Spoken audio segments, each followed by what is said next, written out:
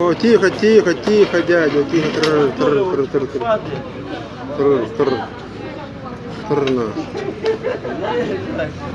Нервно у тебя падает, братан, серьезно.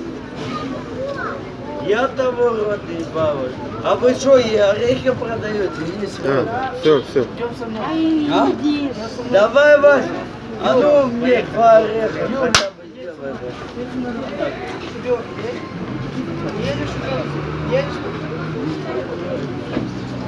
Вам надо налево.